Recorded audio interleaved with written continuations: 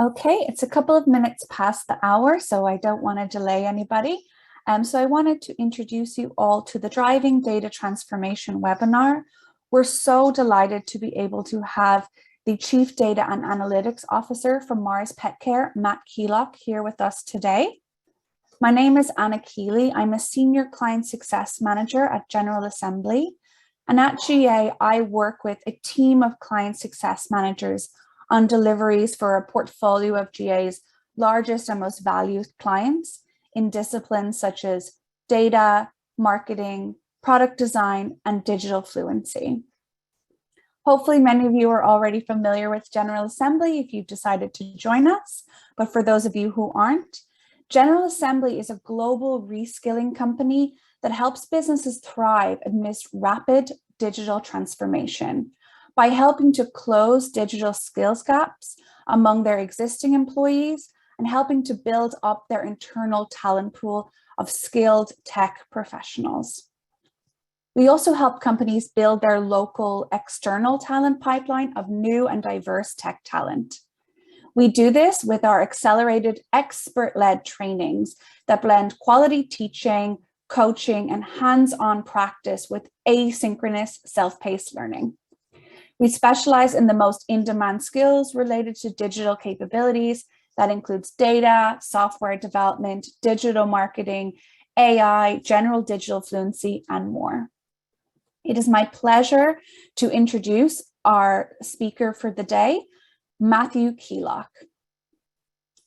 Matt started his role in data and analytics when he joined a startup called dunnhumby in 1996. He spent 19 years there building data expertise in data, analytics, and loyalty, 7 of which he spent growing their operations in the United States. Then returned to the United Kingdom in 2014 and set up his own data consulting business, which later evolved into a role leading data and insights for Net-a-Porter, the global e-commerce luxury fashion brand. And Matt joined Mars Petcare in 2017 in the role of Chief Data and Analytics Officer and leads their global data strategy. So that was a bit of a long intro, but Matt has a very impressive background and I wanted to touch on all of it before we introduced. Matt, is there anything else you would like to add before we jump into our questions? Yeah, hi Anna, hi everyone. Thanks very much for that. Maybe just a couple of words of context, if I may. I think Mars and particularly Mars Petcare is probably a little bit of an enigma sometimes. So everyone tends to know Mars chocolates. Mars Petcare is an incredible sort of business that includes a heritage of packaged goods, nutrition brands like Pedigree, Whiskers, Iams, and also Royal Canin.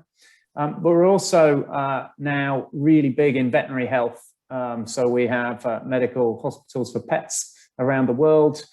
We have a genetics business for pets and also activity tracking. So as you can imagine, with that sort of wealth of diverse data assets, the opportunity for us is incredible. And so one of the reasons for joining was that diversity of incredible data assets. The fact we're really at this sort of nascent stage of driving a new shift in how we can deliver benefits from it.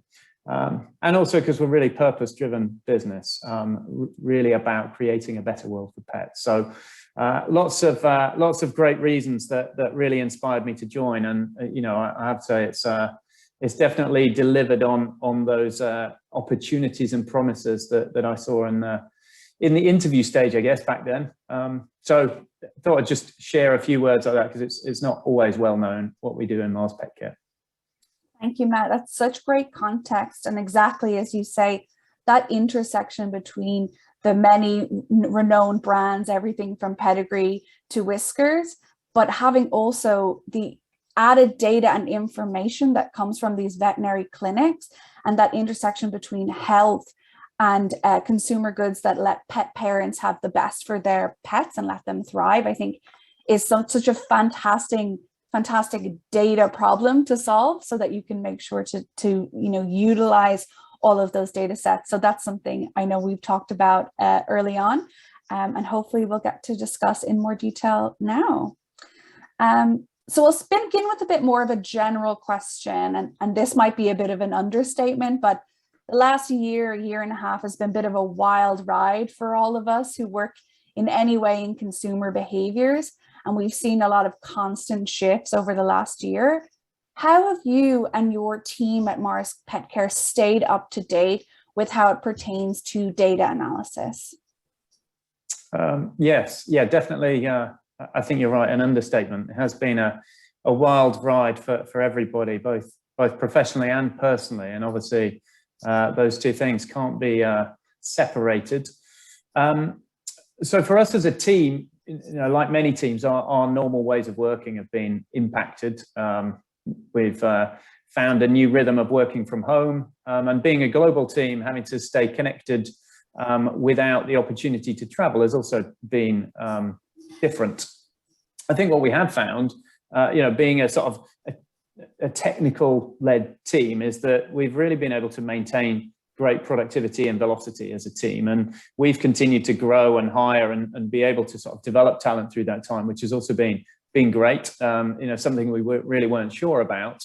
It's great. I'm back in the office now too, so that's also great. Being able to see people face to face who I hadn't seen for 18 months, and also see new joiners who have joined. So lots has changed over that time. I think for us, from a work point of view, the data's continued to flow. That really is one of the things that hasn't stopped. Now it's changed significantly, and obviously that provides us with, if you like, the breadcrumbs as to the little clues as to what's going on out there. And there have been some pretty big shifts from, the changes in people acquiring pets over this time, panic buying, shifting to online, things like the patient flow at hospitals changing, price sensitivity dynamics changing as people's income is impacted, supply chain cost dynamics, and all the things that are happening now. So a huge amount is going on, and what we've generally seen is, the data flows continue. And for our team, as well as the sort of decision analytics across the business, we've, as long as we've got the taps on and we look at that critically, we're really able to sort of continue to inform and drive the business and look deeper as to whether we think those changes are permanent changes or temporary changes, and so on. So it's been an important part of how we've made some of our choices over the last 18 months, and I'm sure it will continue to be, as the sort of uncertain dynamics and these challenging times continue. Yeah, and as you say, there's a lot of uncertain dynamics, but it sounds like you at Mars Petcare have been able to utilize data a lot to kind of bring a bit more of that clarity, and especially given the wealth of data that you have at your fingertips. You also mentioned a little bit about how you've been lucky enough to hire and also develop talent, and hopefully General Assembly has definitely played a part in that. Could you share a little bit more about the work you've done with General Assembly to develop the teams at Mars Petcare? Yeah, sure. Yeah. So as I sort of alluded to a little bit, we're at the early stages of really looking to power this sort of new, broader pet care landscape of nutrition, health, and services with data. And so our businesses have used data for a long time. We've used data and analytics, and some of that goes back a long way. Things like demographic data, from the 50s, and panel data and point of sale data, things that sort of emerged in the last century. What we're really trying to do is to reframe. There are new possibilities with data, and GA's really been helping us reframe that for our business, and to drive almost like a new movement in data and analytics. Because there's probably sort of three things that we're trying to introduce, I guess. One is the new tools and approaches for managing data. How do we bring it together as a strategic asset, apply more sophisticated data management tools, whether that's graph database technology or whatever, or whether it's new analytics and data science methods. The second thing is about looking to access and use more granular data so that we can really get much more high resolution insight and outcomes. We like to de-average what we've been doing. And then the third is this sort of broader pet care opportunity, extending our perspective beyond an individual brand. So how we understand an individual pet and their needs through the activity, the health, and the nutrition needs, for instance, that they have, so that we can, if you like, really serve those needs in a much more relevant and holistic way across the business. So GA's been a partner in helping us frame that and introduce that, particularly to our leadership teams, because we really want to build understanding and confidence across the leadership of all these different kinds of businesses in pet care.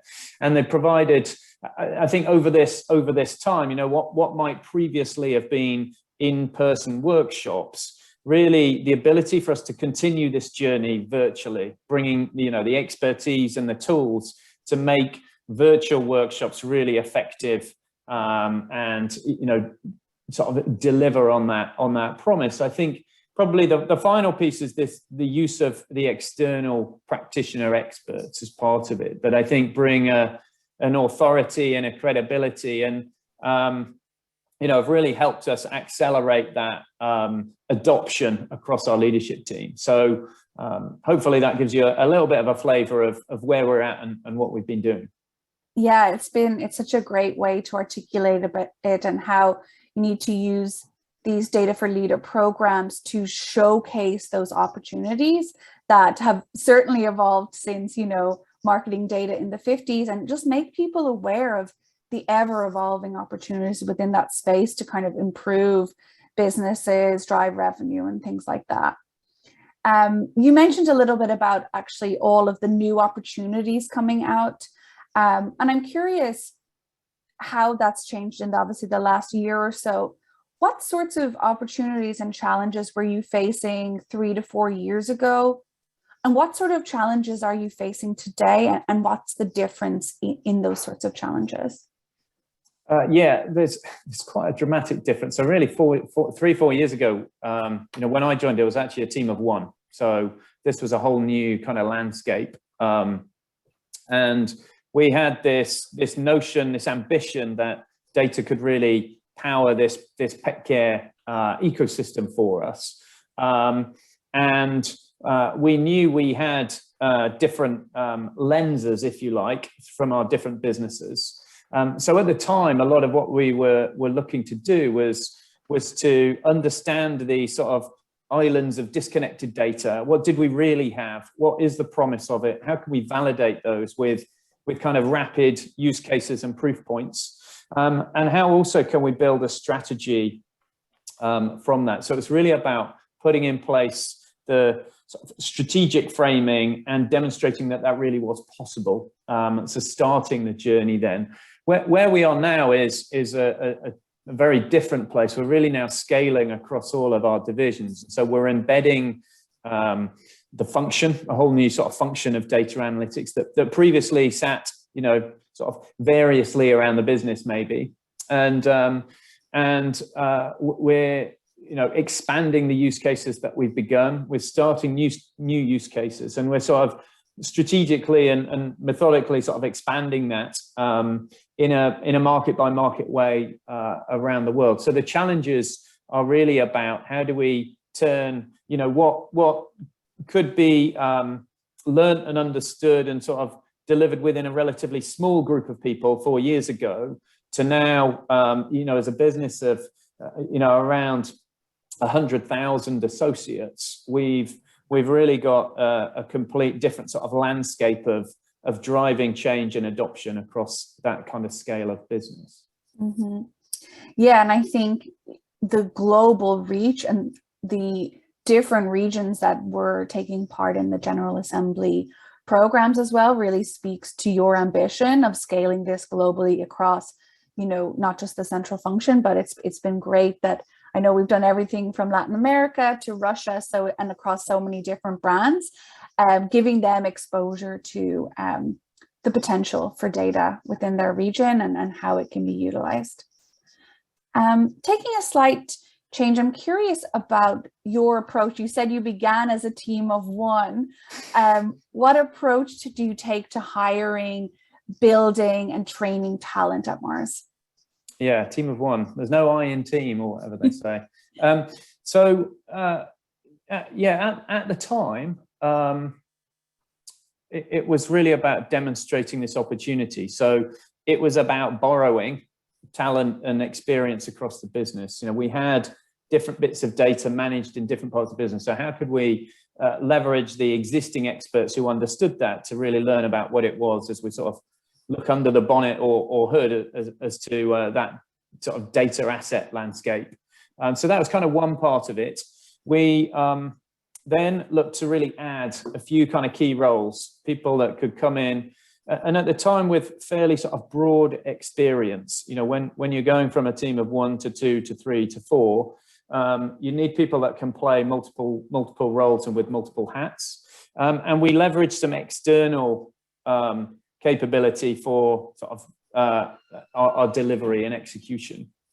So that was quite a different space then. What we relatively quickly shifted to was, how do we start to build the talent in the team for tomorrow? And so how do we look at a lot of sort of graduate type talent, for instance, where we could bring people on board fairly quickly, train them up to speed, and really kind of I guess unleash them on some of these data opportunities and use cases.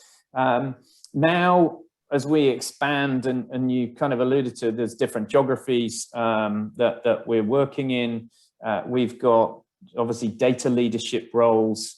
There are data science experts, you know, and how you work on data science for medical science use case versus a retail assortment use case are quite different skill sets. So we're now at the scale where we're looking not only for great talent that can come and kind of join this movement, but also expert leaders that understand how to make this happen and have got the experience of delivering in that, in these sorts of, you know, diverse spaces that we work in.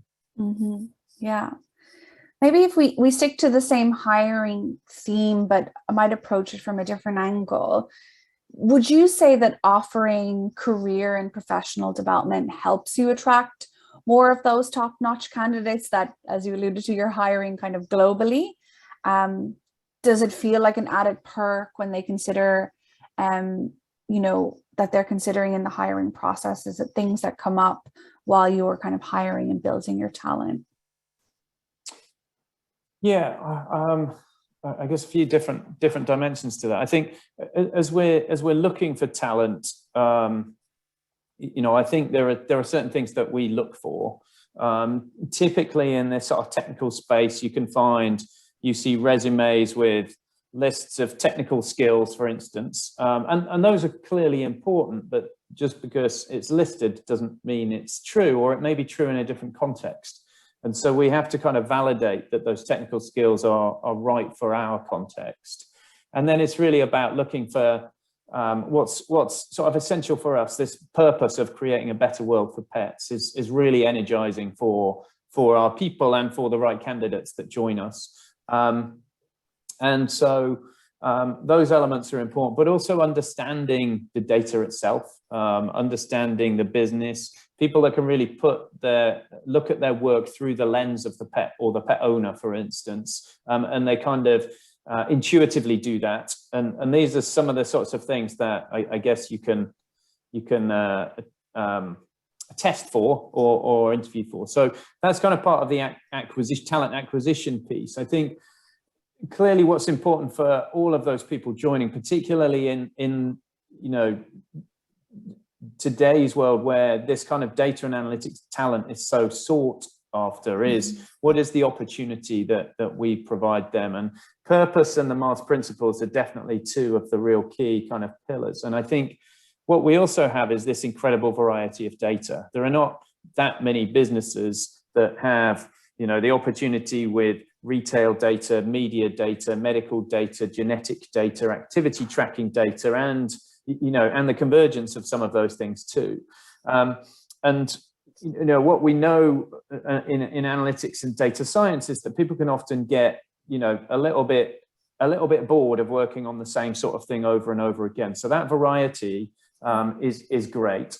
Also the use cases, so working in retail with retail decision makers and with our customers in that space, working in a medical use case where, we're really looking at how do we improve or individualize the treatment opportunities that we have, for instance, or hospital operations. And so again, it just is a sort of broader landscape where this kind of talent has opportunity to grow and thrive.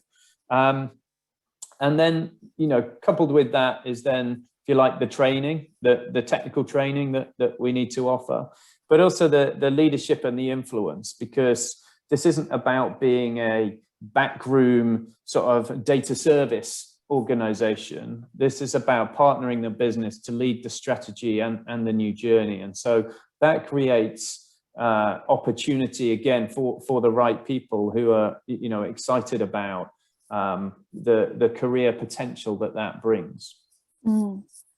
Yeah, and as you mentioned, these data analysts, data science, and other experts are very much in demand at the moment.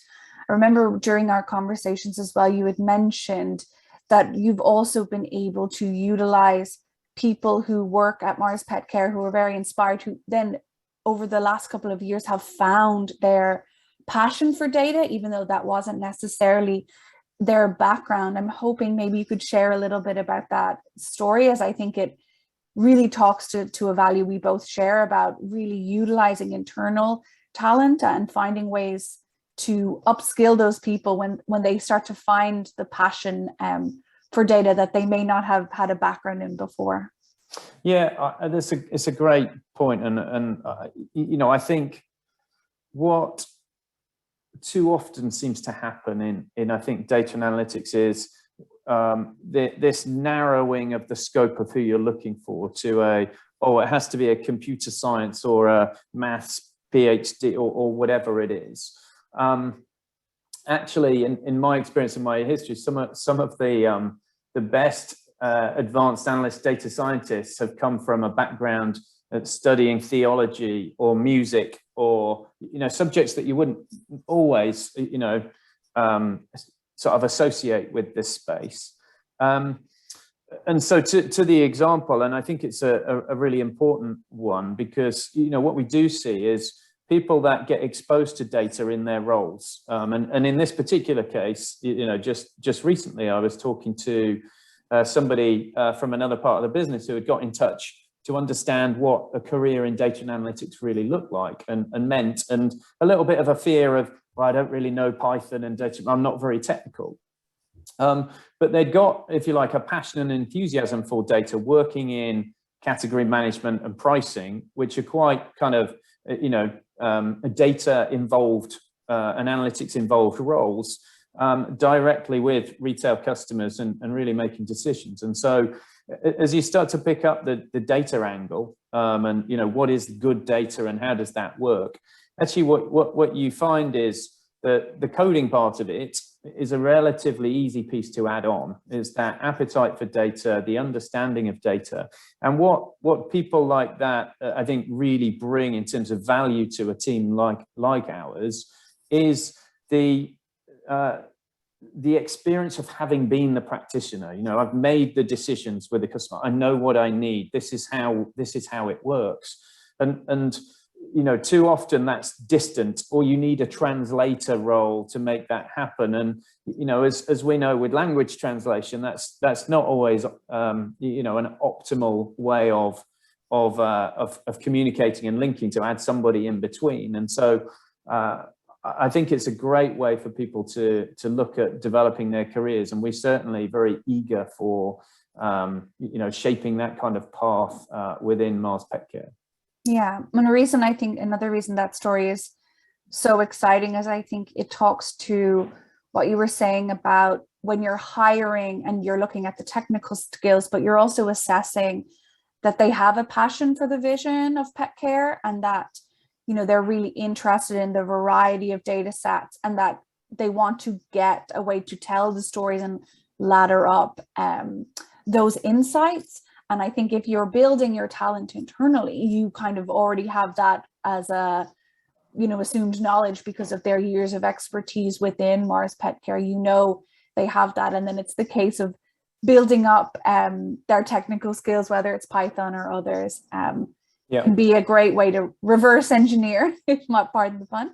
No, it brings a credibility and an authority, and you know, there can be skepticism, if you like, around, oh well, how do I know that that's right? And so I think balancing the team with you know, people with that kind of practitioner experience is a really important part of, you know, developing a high performing organization.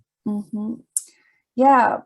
And on that note about, you know, developing a high performing organization by upskilling and encouraging people and motivating them to learn, whether they are data practitioners themselves that are learning, you know, new and evolved and advanced skills that they have, or someone, who's making a career pivot internally.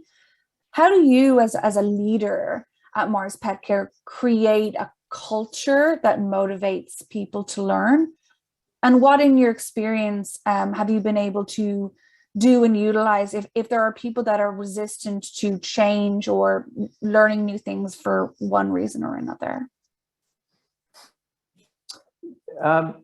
So I think within our team, there's a lot that we do around kind of sharing. I think generally curiosity is a sort of an important value, and we see that across the team. So everybody's eager to understand, and so we create these, you know, communities of interest and practice across the broader organization for sharing. We have sharing sessions as a team. So there's quite a bit that we do within the team around that, as well as specific training. And I think not only you know, things that are organized, if you like, by the leadership, but we're really eager for everybody across that community to volunteer, you know, what to train and what to share. So there's quite a lot of that goes on, from you know, interesting use cases through to new techniques or technical approaches, and so quite a combination. To the second part of the question, I think was about where, you know, there's potential resistance to some of those things, and I think well, I think it's really important actually that there's challenge, if you like. You know, otherwise we get these echo chamber effects that I'm sure we all see and read about in the world at the moment, and that's true in data and analytics too, and also that we don't get complacent, that the benefits that we're talking about are real. So I think it's really important that there is challenge. I think also it's true that, you know, not everybody can know everything, and so within the organization we need to have, you know, functions and expertise, and, you know, that works because of trust, you know, and credibility. And I think for us, what's really important is our purpose, that what we're trying to do is to build a better world for pets. And we're all really passionate about that purpose. And because ours is a data team, you know, it means that we have the numbers to demonstrate it, you know, to show what's possible, to have the control group, you know, to illustrate what the incremental benefit is. And so, you know, because that benefit is about delivering an outcome for a pet or a pet owner or a pet professional, then, you know, we're really finding that, you know, we don't encounter that kind of resistance. There's understanding that we need to build, there's credibility that we need to build. We need to learn these things together, because not everything is successful the first time either. And so it's important that we go on that journey together, and our kind of our purpose and our methods and our metrics are really important for making sure that you know, we are aligned on that journey. I love that idea that you're sort of using data to point to the importance of data reskilling or data improvement, that you can point back to the improvements for pets that have been made because, you know, your team were passionate about upskilling and improving. So it's kind of a good full circle moment. Yeah, well, I think it's interesting because also almost like the role of the team and the role of a data platform, a data solution, is about allowing the whole organization to move forwards together. I think there's you know, an importance of creating like an MVP and a use case, but ultimately what you want to be able to build is an understanding through data. And so that data solution, if you like, not only surfaces the data that you generate in the business, but the things that each team that's using that data learns should get fed back into it and democratized for the benefit of everybody, so that we advance based on everybody's input, not just in individual silos, if you like, within the organization. And that's a really important role of our data solutions part of our team. Yeah, and that must be really inspiring to see as well, and keep people motivated to keep sharing out, because they can see that evidence-based approach, and they can see that those shifts pretty substantially kind of ever evolving and ever improving. Sticking to kind of the learning culture and keeping on motivation, I know you mentioned a bit about community and, you know, data solutions and true data leadership to move things forward, and also inspiring and building some community. I wanted to talk maybe a bit about what the experience for some of the people who went through the GA training was, what your hopes were for them to be post-program, about building a community, inspiring them. I'd love to hear a bit more about your thoughts on what some of the key benefits were, and how you hope those kind of continue to evolve as people learn new things. Yeah, well, as you mentioned earlier, we're not fully post-program. There are still I think we have 600 leaders done. Yes, and what we are doing is kind of creating this movement. And so it isn't just about you know, an upskilling course. What really we're doing through that process and through those sessions is actually building the leadership priorities and strategy. And so it doesn't stop at the end of the session. It translates into, you know, well, what is our strategy? Where are our priorities? How are we now going to deliver on them? And so in a way, it's the start, therefore. And so we see, you know, those leaders, and some more than others, as in, you know, some of them are really deep into what those use cases are. And for some of them, they're not in the priority area yet, but their role is, if you like, championing and supporting that journey. And so we effectively are really kind of building that momentum across our global business and across these different divisions.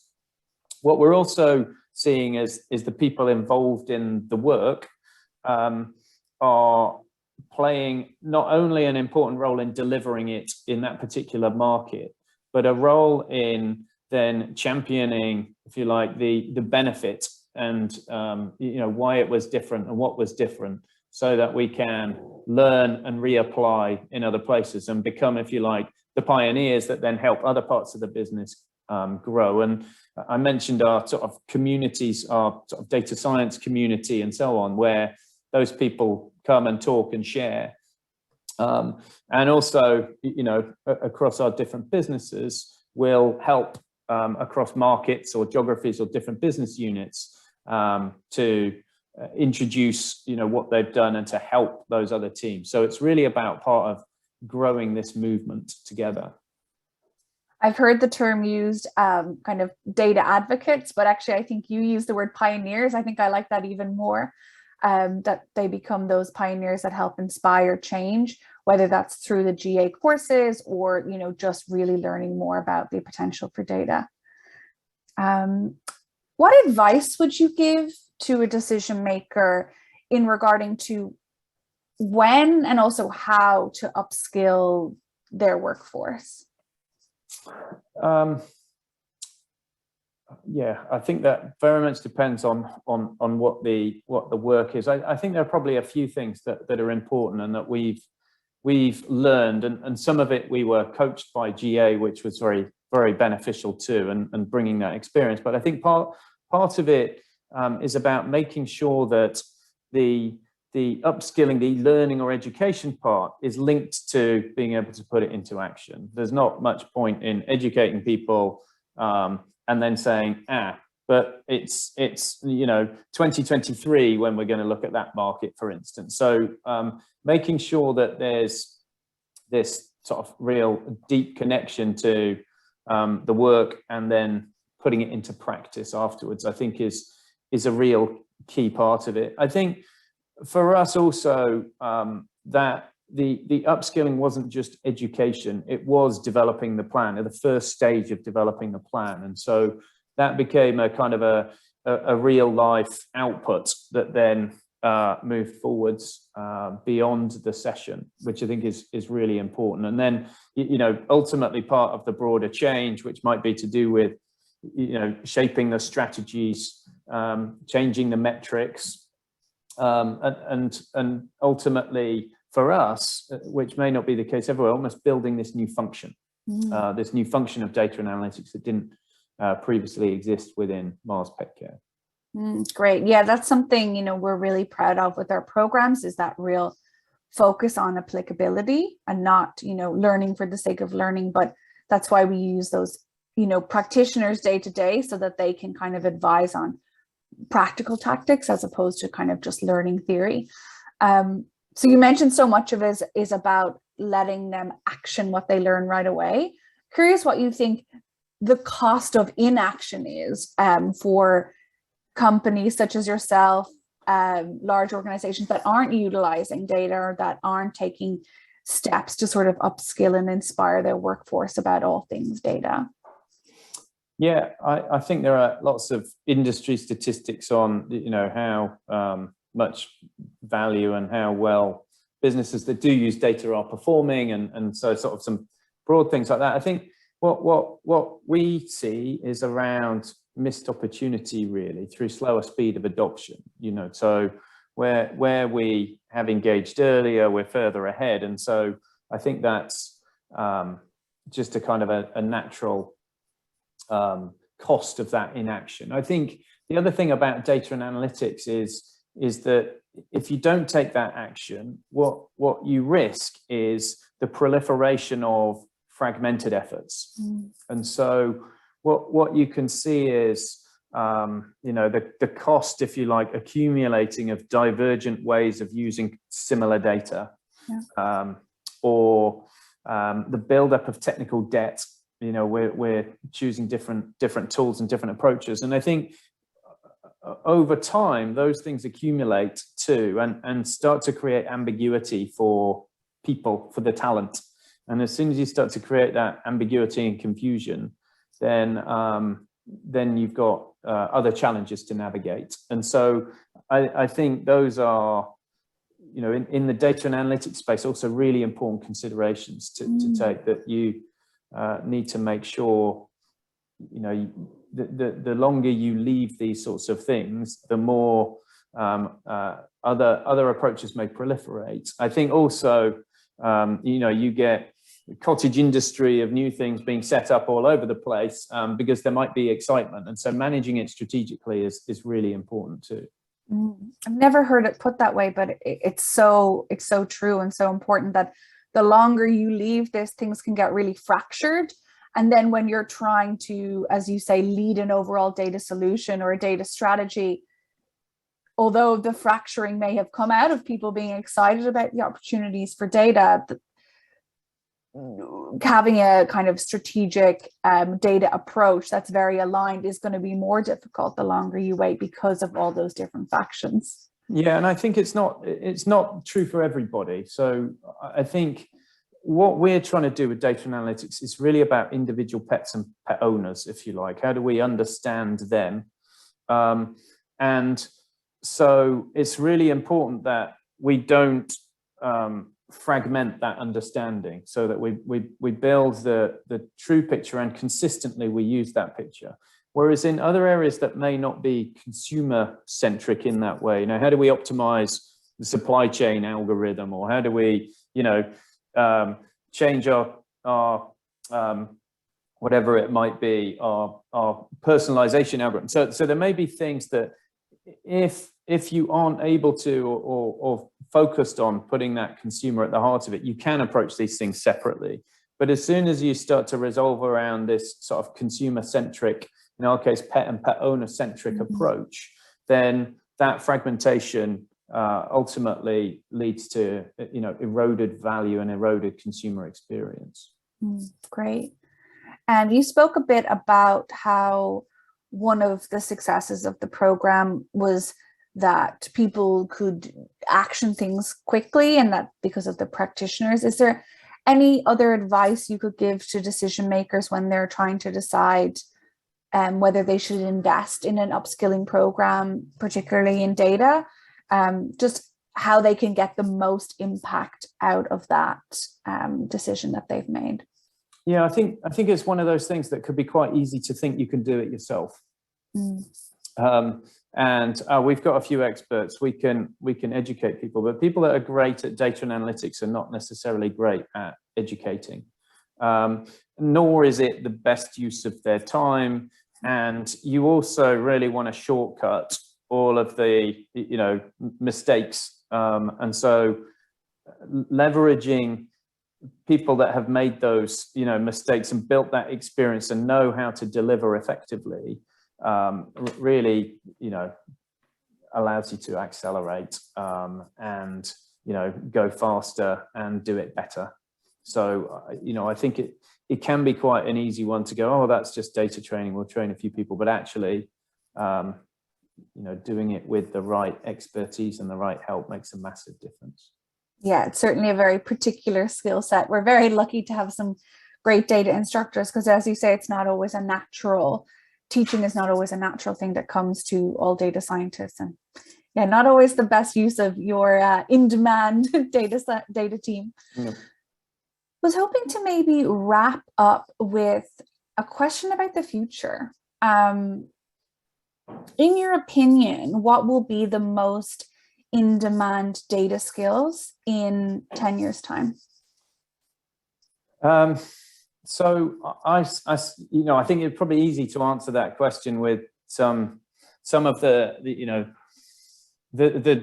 current view of the shiny toys, if you like. I think this technical space, we cling on to these different phrases, and at the moment it's probably things like AI and machine learning, and those I'm sure are going to continue to be important.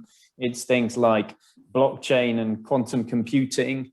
There's also different dynamics as well, like the Internet of Things and what that means, and decentralization shift. So I think those are quite exciting, and people need to understand that space.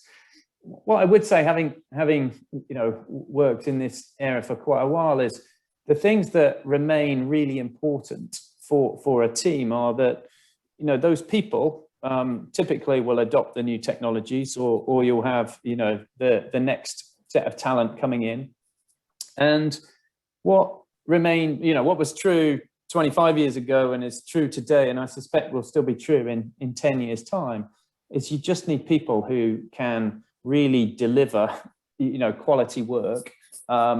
And the characteristics, if you like, around that are going to remain the same. So great at delivering this technical work so it's scalable, efficient, robust, and sustainable. How do you do that? Because it's easy to do something sort of shiny as a one-off, a bit harder to really do it in a systematic way.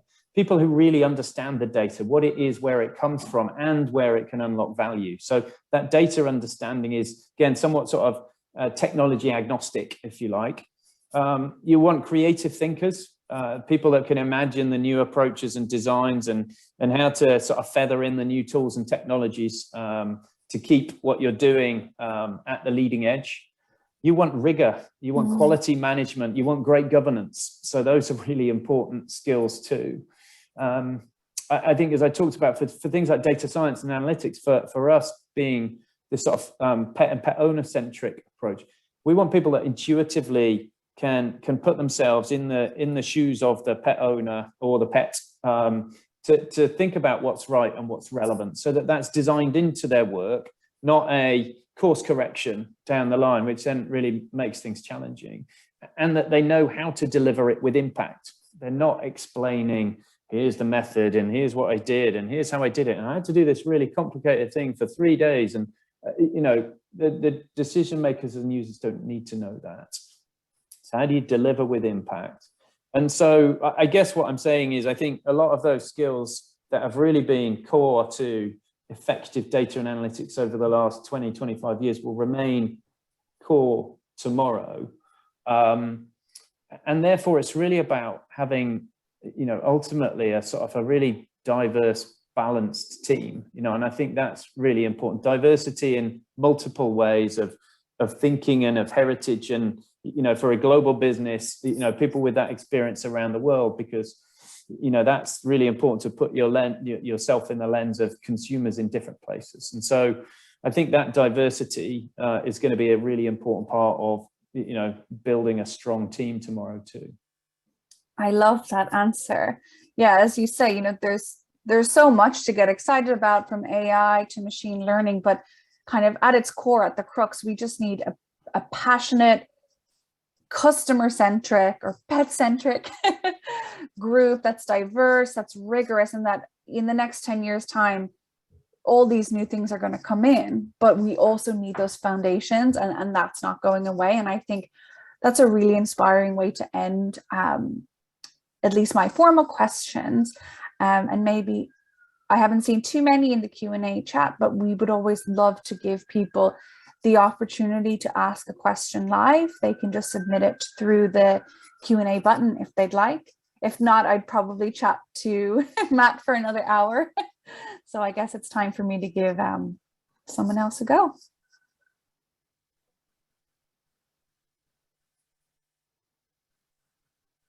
And I did see there was a very quick question. Someone asked if there would be a recording afterwards. There will be. So if you want to go back and remember some of Matt's answers, that would be great. A great question has just come in from Alan Krushank. How high up the leadership structure of Mars Petcare did you run formal data training? Terrific question. I'll let you start, Matt.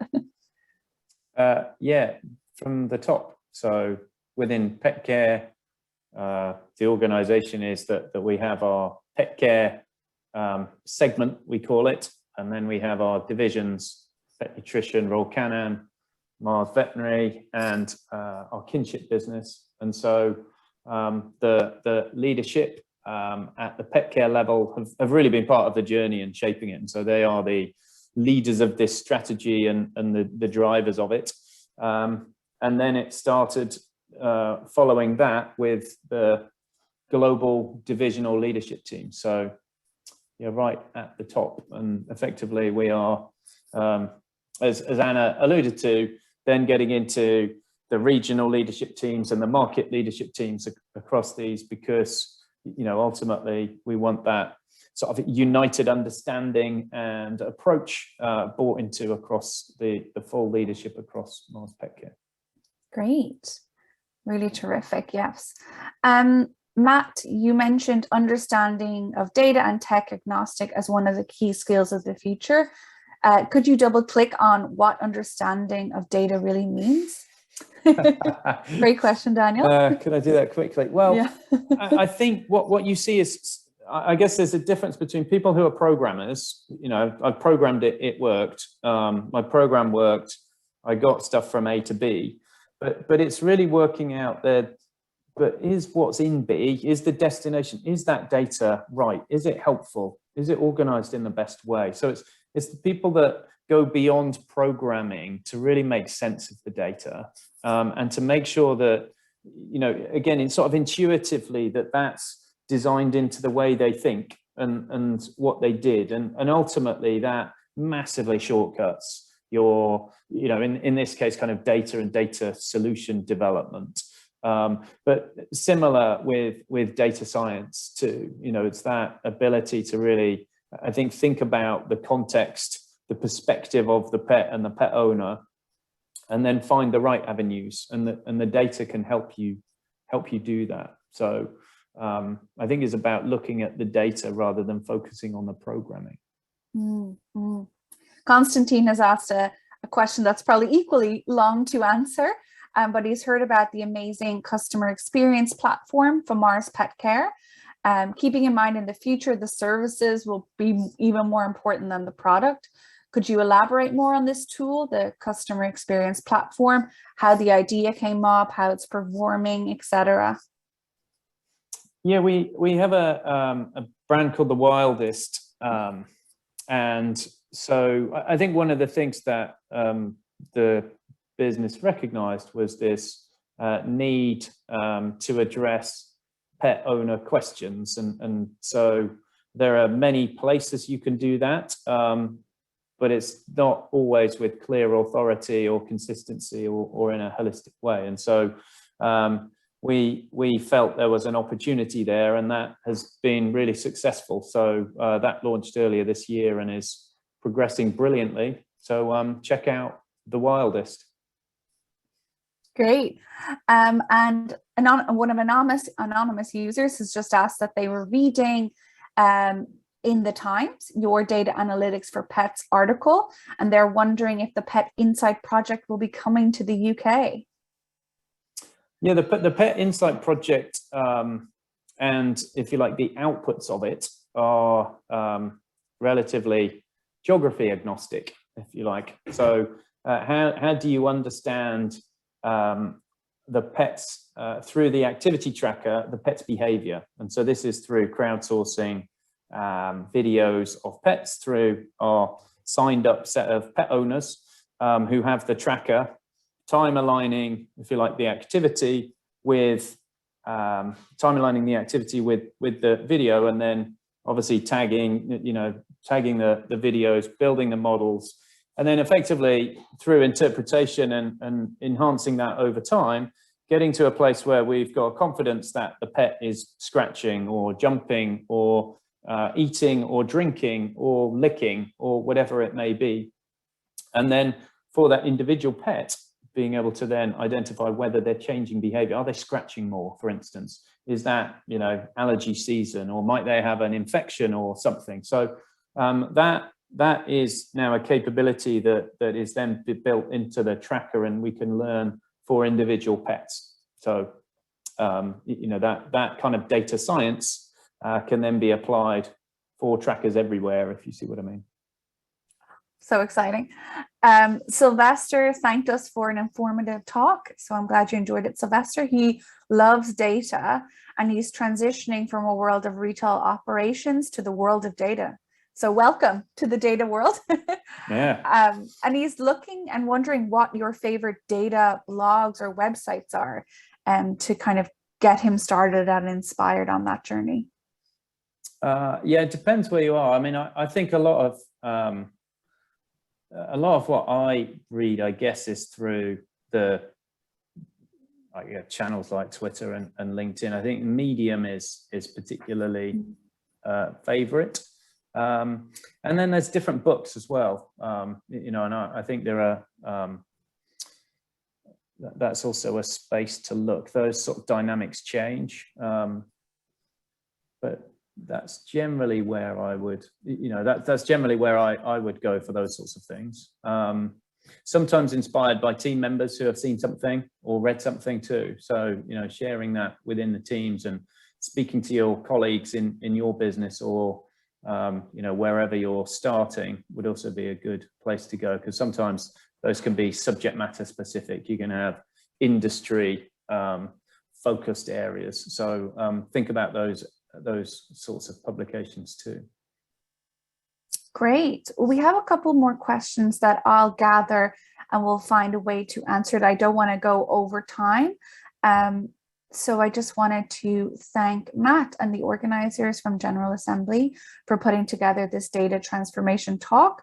We will find a way to get the answers to you about, the follow-up question. I see, Daniel, you've got one, and answering questions about price points for vet services. So these are things we'll find a way to be able to answer, but we wanted to wrap up and be